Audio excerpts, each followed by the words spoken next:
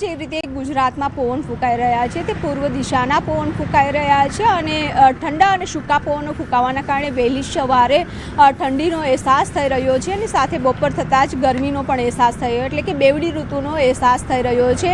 અમદાવાદ શહેરમાં આપણે દ્રશ્યો બતાવવા માંગીશ કે અત્યારે અમદાવાદ શહેરમાં પણ વહેલી સવારે જ્યારે ઠંડી પડી રહી છે ત્યારે સ્વેટરનો સહારો લેવો પડી રહ્યો છે। હજી જ ઠંડીની શરૂઆત છે તે થઈ છે। જ્યારે ઉત્તર પૂર્વના પવનો ફૂંકાણા હતા ત્યારે તાપમાન છે 10 ડિગ્રી ઉપર પહોંચી ગયું, 10 ડિગ્રીથી નીચે પહોંચી ગયું હતું, પરંતુ જે રીતે અત્યારે પવનની દિશા બદલાઈ ગઈ છે ત્યારે ફરી 10 ડિગ્રીથી 1 ડિગ્રી ઉપર આવીને 11 ડિગ્રી સુધી તાપમાન છે તે નોંધાઈ રહ્યું છે। અલગ અલગ સિટીમાં અલગ અલગ પ્રકારે તાપમાન છે તે નોંધાઈ રહ્યું છે। જ્યારે હવામાન વિભાગ દ્વારા આગાહી કરવામાં આવી છે કે આગામી 24 કલાક છે તાપમાન યથાવત રહેશે અને 24 કલાક બાદ આગામી 3 થી 4 દિવસ છે તાપમાન છે યથાવત રહેવાનું, કારણ કે 10 થી 11 વચ્ચે તાપમાન છે તે નોંધાશે। સૌથી ઠંડુ શહેર છે તે અત્યારે નલિયા નોંધાઈ રહ્યું છે। જી વિભુ, આપ અમારી સાથે જોડાયેલા રહેજો। તો હાલ જે રીતે સંવાદદાતાએ જણાવ્યું કે હવામાન જે આગાહી છે કે આગામી સમય સુધી આ જ પ્રકારનું તાપમાન યથાવત રહેશે। સમાચારમાં આગળ વાત કરીએ, શહેરની હવા ઝેરી બની।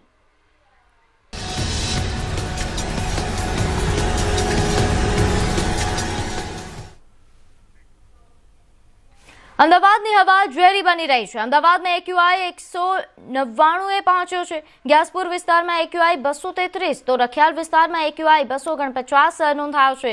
રાયખડમાં એર ક્વોલિટી ઇન્ડેક્સ એક્યુઆઈ 290 પહોંચી ગયો છે। એરપોર્ટ વિસ્તારમાં પણ એર ક્વોલિટી ઇન્ડેક્સમાં કે જ્યાં 205 એક્યુઆઈ નોંધાયા હોવાની વિગત છે। નોંધનીય છે કે એક નજર કરીએ એક્યુઆઈને લઈને કેટલી કેટેગરીમાં વિભાજિત કરવામાં આવ્યા છે તે પણ જાણીએ। એ પહેલા હાલ જે રીતે શહેરમાં એક્યુઆઈના આંકડાઓ આવી રહ્યા છે આ ખૂબ જ ચોંકાવનારા છે।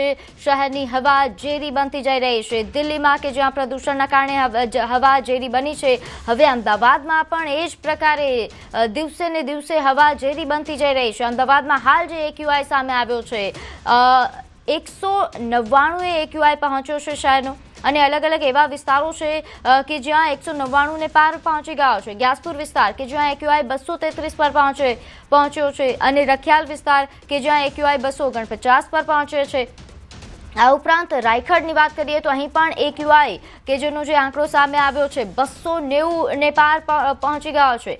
એરપોર્ટ વિસ્તારમાં પણ એર ક્વોલિટી ઇન્ડેક્સના આંકડા સામે આવ્યા છે જ્યાં 205 પહોંચ્યો છે એક્યુઆઈ। હવે એક નજર કરીએ એક્યુઆઈને કેટલી કેટેગરીમાં વિભાજિત કરવામાં આવ્યા છે। તો દેશમાં એક્યુઆઈને રીડિંગના હિસાબે કુલ 6 કેટેગરીમાં વહેંચાયેલું છે એક્યુઆઈ, જેમાં જો વાત કરીએ તો એક્યુઆઈ 0 થી 50ની વચ્ચે એટલે કે સારી હવા કહી શકાય। જ્યારે જો એક્યુઆઈ 0 થી 50ની વચ્ચે હોય તો હવા શુદ્ધ છે, અને જો આ એક્યુઆઈ 51 થી 100ની વચ્ચે હોય એટલે કે હવાની શુદ્ધતા સંતોષકારક છે।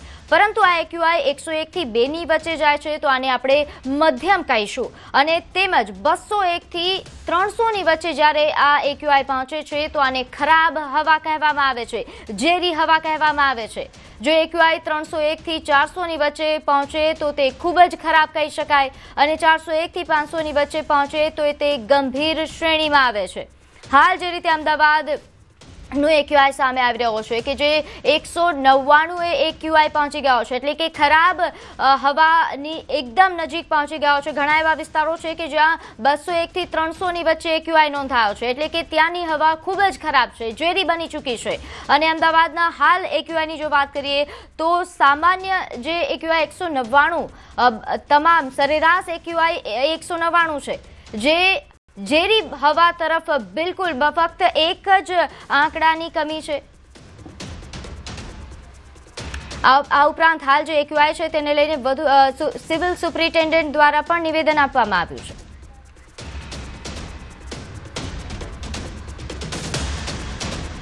તો સિવિલ સુપ્રિન્ટેન્ડન્ટ દ્વારા નિવેદન આપવામાં આવ્યું કે સ્વાસ્થ્ય પર પ્રદૂષિત હવાની અસર થઈ રહી છે।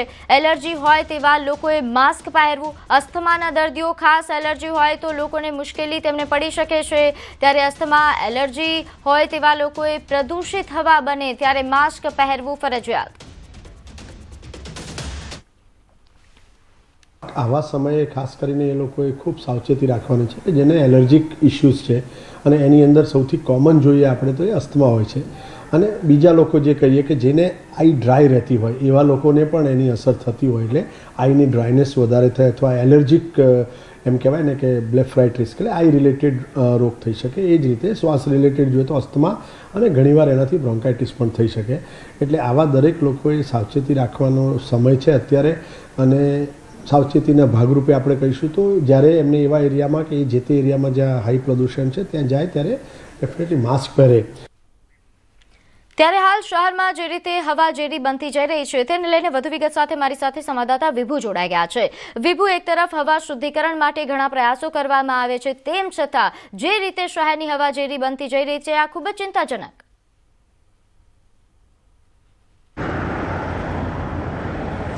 પ્રીતિ, જે રીતે હવા પ્રદૂષિત થવાના બે કારણ છે. એક તો લોકલ તમારું જે પ્રદૂષણ હોય છે તેના કારણે પણ હવામાં પ્રદૂષણનું પ્રમાણ વધી જતું હોય છે, અને બીજું કે જે તરફની પવન આવે છે તે શહેરોનું જો વાતાવરણ પ્રદૂષિત હોય તો પણ વાતાવરણ પ્રદૂષિત થઈ શકે છે.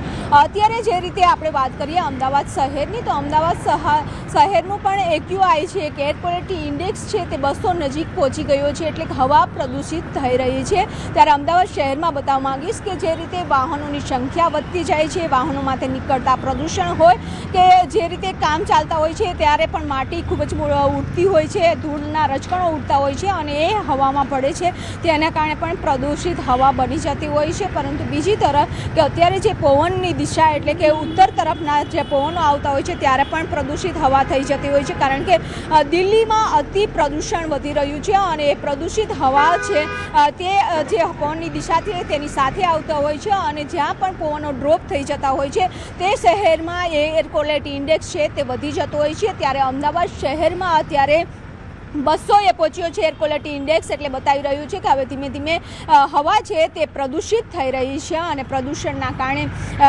જે અસ્થમાના દર્દીઓ છે, ખાસ કરીને એલર્જી હોય છે તેવા દર્દીઓ છે તેને ખૂબ જ મોટી અસર છે તે પહોંચી રહી છે, કારણ કે શ્વાસ લેવામાં તકલીફ છે તે પહોંચતી હોય છે. ત્યારે આપણે પણ ધ્યાન રાખવું જોઈએ કે જો એલર્જી છે અથવા તો અસ્થમાના દર્દીઓ છે તો બહાર નીકળતા હોય છે ત્યારે માસ્ક પહેરવાની પણ ડૉક્ટરો સલાહ આપી રહ્યા છે. બિલકુલ વિભુ, સ્વાસ્થ્ય પર આ હવાની ખૂબ જ ગંભીર અસર થાય છે. તમામ તબીબો પણ આ પ્રકારની માહિતી આપી રહ્યા છે, ધ્યાન રાખવાનું કહી રહ્યા છે, પરંતુ વાત ફરીથી એ જ જગ્યા પર આવી જાય છે કે આ પ્રદૂષણ વધવા પાછળના કારણો જ્યારે જાણ છે, તંત્રને જાણ છે, તો એ ઓછું કરવાની, આ જે હવા ઝેરી ન બને તે માટે કેવા પ્રકારના પ્રયાસો હાથ ધરવામાં આવ્યા છે કોર્પોરેશન તરફથી?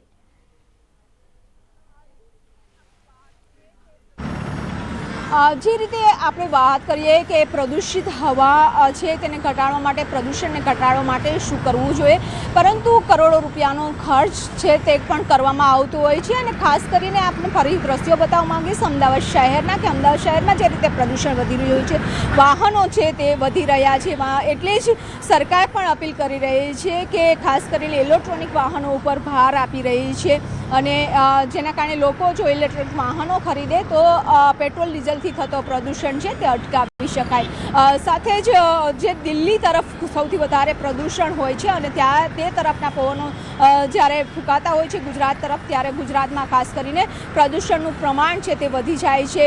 લોકો પર્યાવરણ બચાવવા માટે પણ અનેક પ્રયાસો છે તે કરતા જતા હોય છે, પરંતુ જે રીતે પ્રદૂષિત હવા બની રહી છે તેના અનેક કારણો છે અને એ કારણે પ્રદૂષિત હવામાં ઘટાડો કરવો પણ એક સરકાર માટે પણ ચેલેન્જ બની જાય છે, લોકો માટે પણ એક ચેલેન્જ બની ગયું છે કે જો પવનની ગતિ વધારે હોય છે તો એ પ્રદૂષિત હવા જલ્દીથી પસાર થઈ જાય છે, પરંતુ જો ડ્રોપ થઈ જતી હોય છે જે જગ્યા ઉપર, ત્યાં એ શહેરનું પ્રદૂષણ છે તે એકાએક વધી જતું હોય છે અને લોકોના સ્વાસ્થ્ય ઉપર પણ ખૂબ જ મોટી અસર છે તે પહોંચાડતું હોય છે. જી વિભુ, આભાર માહિતી આપવા બદલ.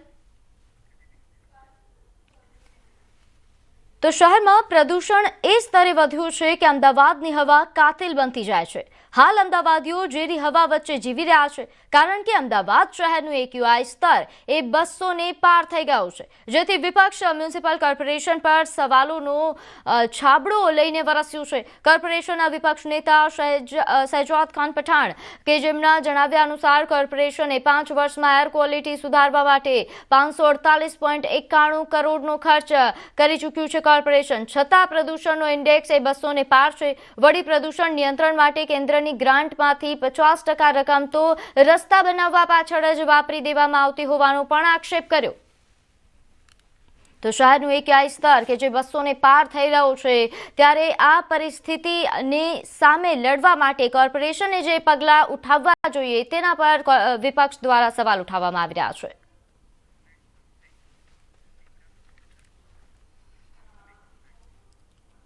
હવે વાત કરીએ ટીચરને સરનું ટોર્ચર.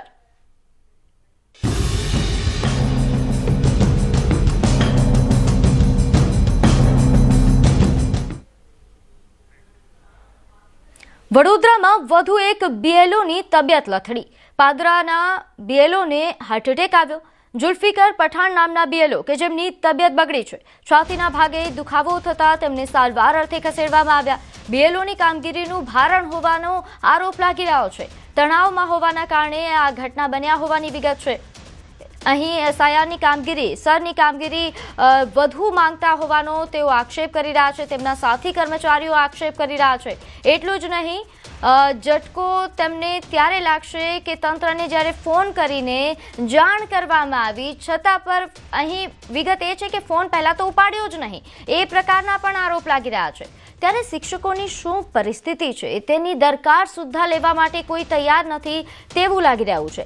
એટલું જ નહીં, તેમના સાથી કર્મચારીઓએ કહ્યું કે તેઓ છેલ્લા 10 દિવસથી એક ટાઈમ જ જમે છે. BLOની કામગીરી કે જે રાત દિવસ તેમના દ્વારા કરવામાં આવી રહી છે, જેના કારણે તેમના સ્વાસ્થ્ય પર ગંભીર અસર પહોંચી રહી છે. તેમને માનસિક સ્વાસ્થ્ય પર પણ ગંભીર અસર પહોંચી રહી છે.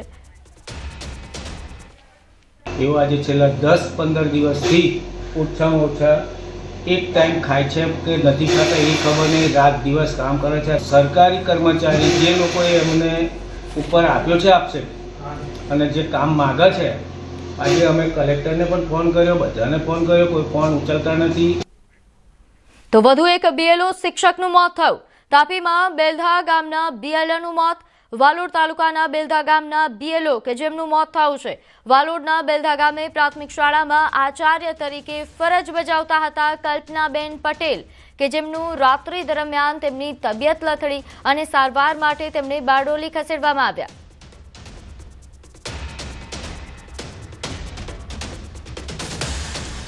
તો સરની કામગીરીથી ટીચર્સ પર ટોર્ચર વધી રહ્યું છે. સરની કામગીરીમાં શિક્ષકોની મુશ્કેલીમાં વધારો થયો છે. અધિકારીઓ દર 2 કલાકે માહિતી માંગે છે. BLOની કામગીરીથી શિક્ષકો સતત માનસિક તણાવમાં છે. BLOની કામગીરીમાં રોકાયેલા અત્યાર સુધીમાં 4 શિક્ષકોના મોત થયા છે.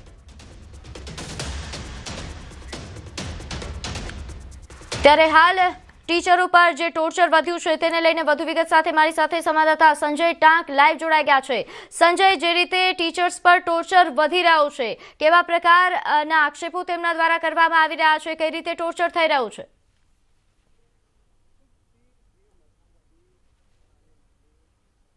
જે મતદાર યાદી સુધારણાને લઈને SIRની જે કામગીરી ચાલી રહી છે અને તેમાં આ કામગીરી જે છે તેમાં શિક્ષકો પર જે છે તે ભાર સતત વધી રહ્યો છે. શિક્ષકો પર માનસિક તણાવમાં છે સતત. હું એ દ્રશ્ય પણ આપને બતાવીશ કે જે અત્યારે જે છે તે સાણંદમાં આ પ્રકારે જુઓ, આપ જોઈ શકો છો કે જે SIRની જે કામગીરી ચાલી રહી છે, અત્યારે આ જે SIRના જે ફોર્મ જે મતદારો દ્વારા જે આપવામાં આવ્યા હતા ને તેને ઓનલાઈન જે ચડાવવા, જે ડિજિટલાઇઝેશન કરવાની જે છે કામગીરી અત્યારે કરવામાં આવી રહી છે. પરંતુ ક્યાંક ને ક્યાંક જે છે જે પણ શિક્ષકો આ કામગીરીમાં રોકાયેલા છે અને તેઓ સતત જે છે તે માનસિક તણાવમાં છે. કોડીનારના એક શિક્ષક જે છે કે તેઓએ આપઘાત જેવું પગલું પણ ભર્યું છે અને અન્ય જે 3 જગ્યાએથી જે શિક્ષકો જે છે કે તેઓને હાર્ટ એટેક કે તેવી તકલીફો જે છે તે આ કામગીરી દરમિયાન સામે આવી છે અને માનસિક તણાવ જે છે સતત શિક્ષકો અનુભવી રહ્યા છે. આપણી સાથે ભારતીય શૈક્ષિક સંઘ તેના જી સંજય, આપની પાસેથી માહિતી મેળવતા રહેશું. તો હાલ જે રીતે સંવાદદાતાએ જણાવ્યું કે તમામ BLO, તમામ શિક્ષકો જે કામગીરી કરી રહ્યા છે તે માનસિક